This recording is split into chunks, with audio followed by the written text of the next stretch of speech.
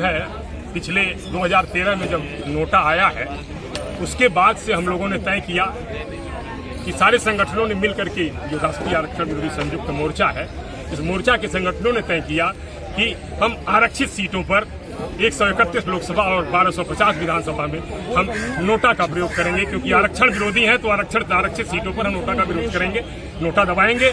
और जहां हमारा प्रत्याशी नहीं, सामान्य सीट पर हम प्रत्याशी लड़ाने का प्रयास कर रहे हैं। लगभग 1.5 दर्जन पार्टियां हमारे पास हैं और उन पार्टियों के माध्यम से हम चुनाव लड़ाना चाहते हैं। जहां नहीं हमारा प्रत्याशी होगा वहां भी हम पूरे देश में नोटा दबाने का प्रयास करते हैं। जैसे कि नोटा ने हमको लाभ भी दिया है, 3 राज्यों की सरकार गिराई 2018 में, छत्तीसगढ़, मध्य प्रदेश और राजस्थान की, जिसके बाद हमें ईडब्ल्यूएस मिला है, नोटा के बदौलत मिला है। महाराष्ट्र की सरकार नोटा के बदौलत लगड़ी सरकार बनी, हरियाणा की ठक्कर सरकार नोटा के बदौलत लगड़ी सरकार बनी है। इसलिए हम नोटा को सबसे पहली प्राथमिकता देते हैं और पूरे देश के लोगों से मेरी अपील है कि वो विकल्प में पूरा सवर्ण समाज नोटा दबाए, नोटा दबाए, नोटा दबाए। नोटा ही सवर्णों का रक्षक चाहिए, गुणवत्तापूर्ण इंजीनियर चाहिए, गुणवत्तापूर्ण डॉक्टर चाहिए। हम इसके विरोधी हैं, हम इसके विरोधी नहीं है कि हम दलित और पिछड़ों के विरोधी हैं। जातिगत आरक्षण मुर्दाबाद, जातिगत आरक्षण मुर्दाबाद, एससी एसटी एक्ट मुर्दाबाद, एससी एसटी एक्ट मुर्दाबाद, एससी एसटी एक्ट मुर्दाबाद, स्वर्ण समाज एकता। शर्मा जी, आप बड़े बुजुर्ग हैं, आपने ही समाज की संरचना किया है, देश के लिए आज़ादी की लड़ाई लड़े हैं और आज आप दलितों के खिलाफ आ रहे हैं जो कि गरीब तबके के लोग नौकरी करते हैं। आपसे ये उम्मीद तो नहीं थी और आप यूएनए तक पहुंच गए।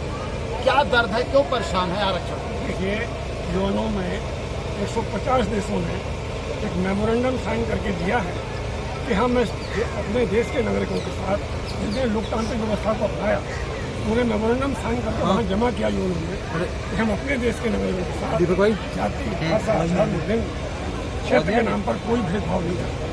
लेकिन हमारे भारत में आरक्षण के नाम पर, एससी एसटी एक्ट के नाम पर जाति, भाषा, धर्म, लिंग, क्षेत्र के साथ साथ बराबर भेदभाव किया। एक तरफ आप कहते हैं सबका साथ सबका विकास, एक तरफ कहते हैं कि जाति धर्म के नाम पर आप वोट नहीं मांग सकते और दूसरी तरफ हर व्यवस्था आप जाति के नाम पर करते हैं। ये जो पाखंड है इसका हम पर्दाफाश करना चाहते हैं कि इनका उद्देश्य गरीब कल्याण नहीं है, वंचित तत्वों को न्याय दिलाना नहीं है। इनका उद्देश्य अमीरों को अनंत काल तक गरीबों का हक लुटाते रहने का है। इसका हम विरोध। ठीक है,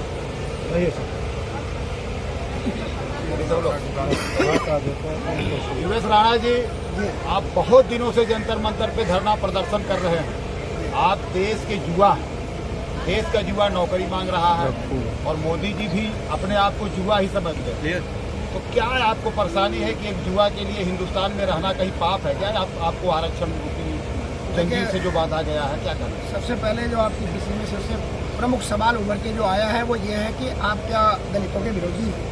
हर किसी में पहली बात तो दलित की इस देश में कोई परिभाषा ही तय नहीं हुई। अभी आपने प्रश्न किया कि वो तो गरीबों को ही मिलता है। जी नहीं, गरीब को आरक्षण नहीं मिलता है, जाति देखकर आरक्षण मिलता है। मंडल कमीशन में भी पिछड़ों को जो है आरक्षण दीजिए, पर पिछड़ों को आरक्षण देने की बात हुई थी ना कि जाति चिन्हित करने की बात हुई थी। ये बार बार भ्रमित कर करके हमारे देश के जो तुष्टीकरण की जो रणनीति या राजनीति कहें, उसके तहत एक वर्ग, ऐसे वर्ग को दबाया जा रहा है जिसे आज मैं अगर कहूँ कि वो संवैधानिक अछूत वर्ग है। मैं अपने आप को आज संवैधानिक अछूत कहूँ तो कोई बड़ी बात नहीं है, क्योंकि संविधान के तहत हमारे साथ ऐसा भेदभाव किया जा रहा है जो अछूतों के साथ कभी नहीं हुआ होगा। आज दलित जैसे प्रावधानों के तहत जिसमें जांच भी न हो और गिरफ्तारी हो, अगर कोई भी योजना आती है उसमें सबसे पहले पिछड़े, दलित, अल्पसंख्यक यही वर्ग क्यों आते हैं?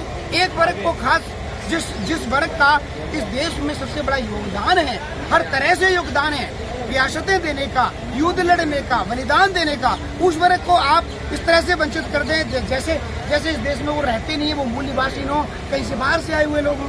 तो ये भेदभाव आखिर कब तक और चलेगा? सरकार से हम ये पूछना चाहते हैं, बार बार जंतर मंतर पे आने का यही कारण है और कोई कारण। सर, आपसे एक सवाल है कि जैसे मान लीजिए किसी राज्य में मेरा भाई, मैं जहाँ से बिलोंग करता हूँ, मेरे भाई से किसी पासवान से, मैं बिहार से बिलोंग करता हूँ, मेरे भाई से कहाँ सुनी हो जाता है किसी पासवान का, वो मेरे पूरी फैमिली पे SC/ST एक्ट लगा देता है। मैं दिल्ली में जॉब कर रहा हूँ, मेरे पे लगा देता है। जी तो क्या इस तरह के अत्याचार से मतलब आप भी मतलब गुजर चुके हैं क्या? देखिए, हम पूरे देश को देखते हैं। आपने बिहार राज्य का चर्चा किया, मैं मध्य प्रदेश से लेकर उत्तर प्रदेश से लेकर के कम से कम मेरे पास में 500 लोगों का ऐसा रिकॉर्ड है जो बिल्कुल निर्दोष, और उन लोगों को ये तक पता नहीं कि उनके ऊपर कौन सा आरोप लगा दिया गया, और इस तरह से वो जेल चले जाते हैं। विष्णु तिवारी का नाम सुना है? 20 साल जेल में, 25 साल 20 साल जेल काटने के बाद वो निर्दोष साबित होता है। इसी व्यवस्था के तहत इसी व्यवस्था के तहत उसे फिर निर्दोष साबित कर दिया जाता है। क्या कहेंगे आप? तो आपका जो ये धरना प्रदर्शन है, ये किसी SC/ST एक्ट के विरुद्ध है या फिर पूरे संविधान के विरुद्ध? जातिगत अभी आपने अछूत संविधान कहा, जिसको 2 साल से ज्यादा टाइम लग गया इस संविधान को बनाने में, आप उसे अछूत कह रहे हैं। कितना सही है? आपने बिल्कुल गलत ही परिभाषित कर दिया। आपने गलत सुना। आपने हम संवैधानिक अछूत हो गए, हम संविधान पर चलिए क्लियर। संवैधानिक अछूत हो गए, स्वर्ण समाज अछूत हो गया।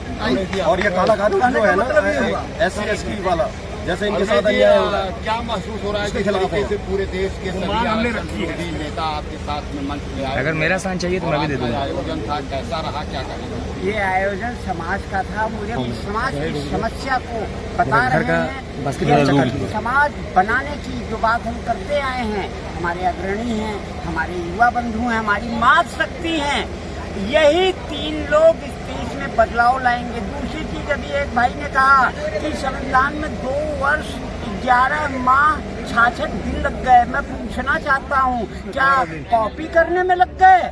अरे आप कई बारी हमने देखा, अभी जो भी चीजें हैं, पता लगा कोई भी कार्यालय खुला, कब खुला था? 1863 में खुला था, 58 में खुला था। कोई भी धारा आपकी वो उसी समय की है। और उसके अलावा ये आरक्षण नीति अंग्रेजों की है। अगर आप भारत बना रहे हैं तो भारत के अनुसार चलिए ना। भारत के सनातन में संरक्षण की नीति रही है। इससे ज्यादा मैं नहीं बोलूंगा। मेरे अग्रणी समाज ने, हमारे अगुआ ने बोल दिया है। आपके सवाल का जवाब मैं दे दूं।